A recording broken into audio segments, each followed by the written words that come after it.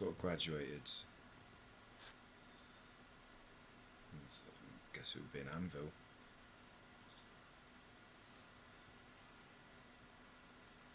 Some kind of crimping tool.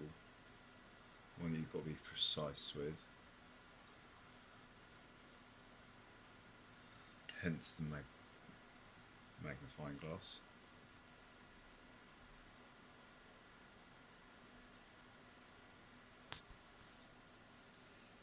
No.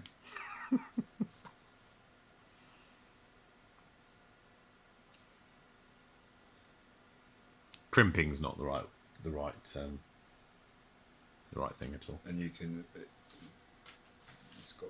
set a gauge on it.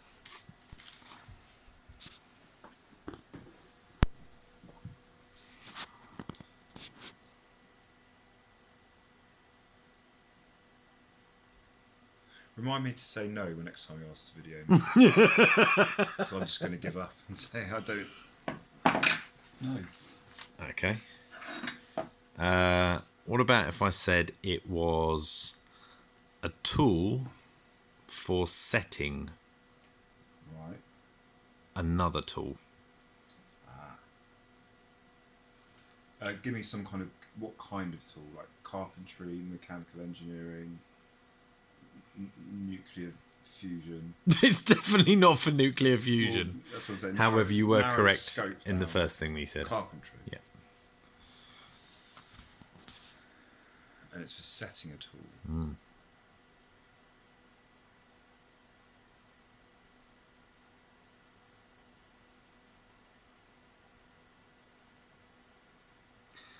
To put you a little bit at ease, my dad did this to me without the camera, and I couldn't work it out. So this was one of your dad's tools. Mm-hmm. I'm thinking you obviously want to be quite precise, otherwise it wouldn't have a magnifying glass. Yeah. And there's a gauge to set a height or something. Is that correct? Mm. Well, Ish. it's not height that you're setting. Depth or But you are using the gauge to set something. Yes. Yeah.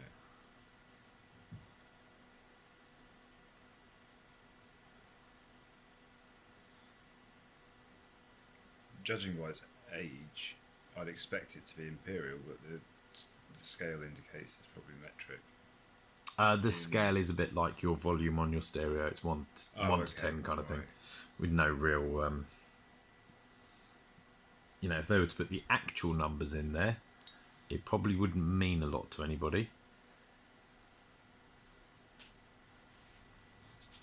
I think what you'd have to be that precise with in carpentry.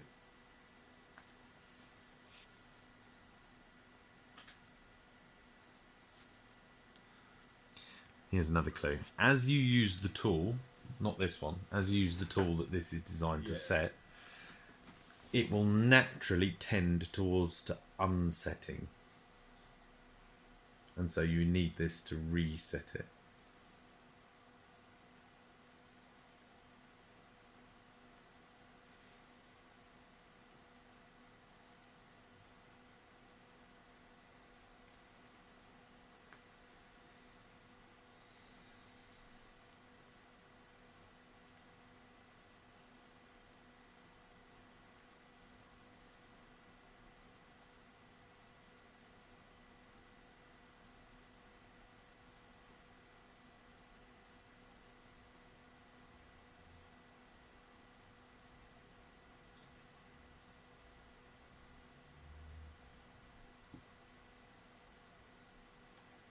I'm going to pause it for a sec because this is dead air.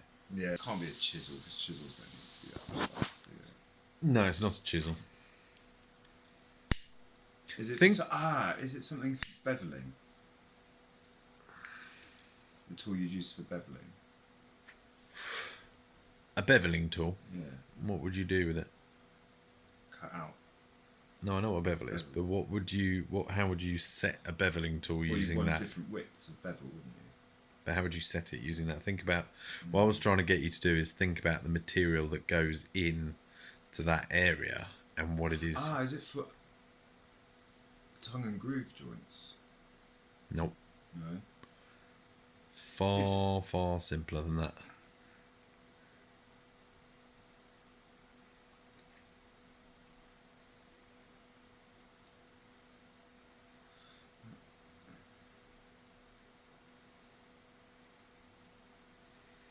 What would happen if you just put a piece of sheet metal in there? It would kink. Right. It would crease. Yeah.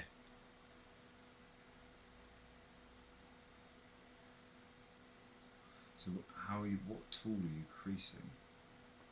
Oh, think about a tool that's already creased. That you use for in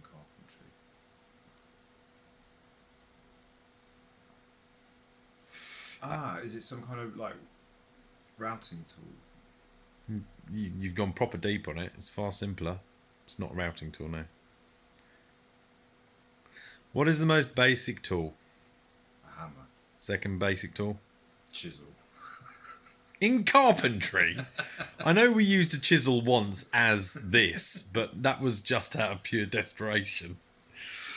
No, that's the most basic thing. What does every carpenter have?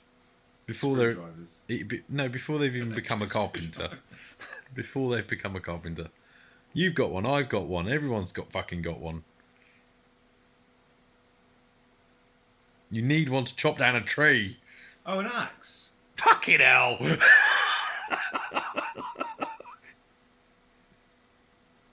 What else could you chop down a tree with?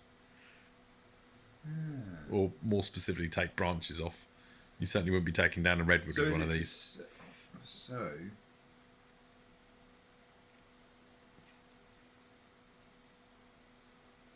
it to set the crease though. Where's the crease?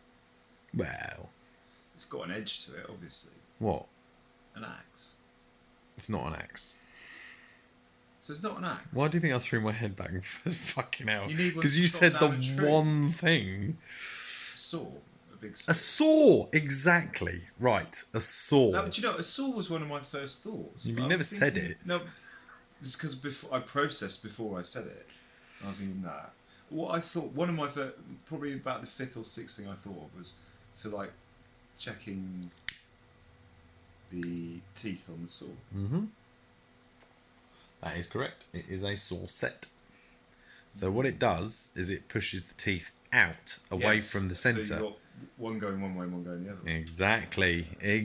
You know it now. You can see it. Yeah. And that sets the angle. So you can either like set them like Darcy. Like What's Darcy? Is that 12? Or you can set... It's not on that scale.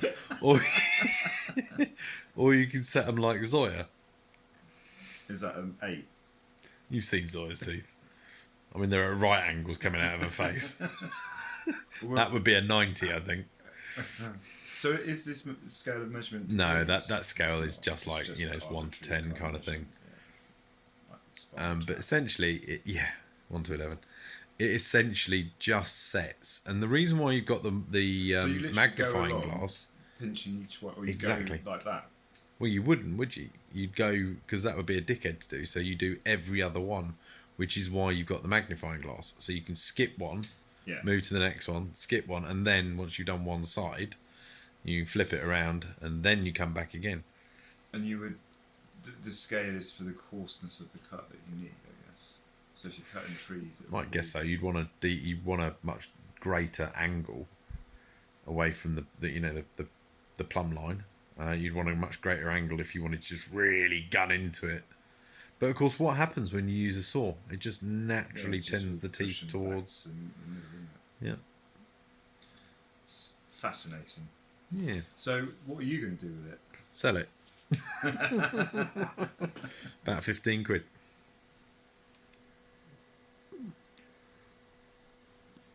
More than its scrap value. I'm fucking filming my bedroom here, aren't I? So essentially what you're doing is you're pushing the blade into that angle. And depending on how acute that angle is. And that's the graduation as well. It's not that much. It's tiny, really. But yeah, this handle's also spring-loaded. So when you do make contact, you actually have a bit of oomph. So there's your contact. You've still got a bit further to go. Which is what pushes the tooth up. Well, I think it softens it from, snapping it off. And this is just allows you to unset and change it to wherever you want it to be, and then tighten it up. The thing most remarkable about this tool is that it has lived in my dad's shed for probably the best part of 10 years, with water pouring down it, and it is fine. It's absolutely fine. No fucking nothing wrong with it.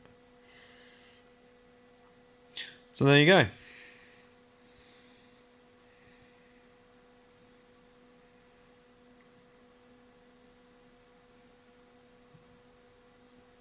He asked me earlier on for some advice on this. This was not the advice I gave him. I think probably the first piece of advice I gave him was get everything you need ready before you start undoing screws. Magnetic, Not deliberately. Now what are you going to do with that screw? Leave it, drop it, lose it. Actually, no, I'm not going to bother because I need to take that one out as well. And I haven't got. I don't think we've got the tool on that yet. No. Didn't lose it. Nearly lost it. Black screw and a black t-shirt. I do have a magnetic one on. I could help him.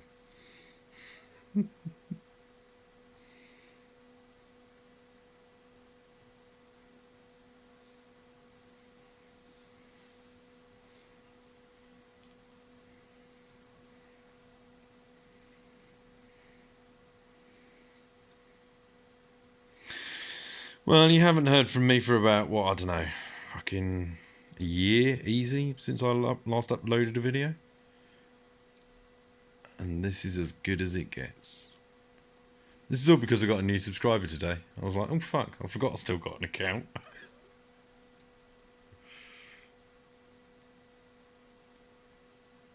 So for those of you who are vaguely interested in what I'm doing now, because it's not entirely bike related, I'm now sort of scrap metal merchant, and here's my stuff that I do during the day. So this is all like iron and shit. There's a little tiniest bit of copper in there. I haven't really got much here to show, to be honest. Maybe I'll do some videos if people are interested. But yeah, I'm just sort of breaking metals down, putting them into component parts, and hawking it all.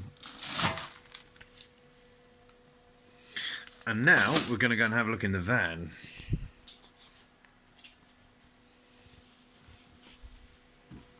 And thank you to Sarah Wenman for my my race team hat.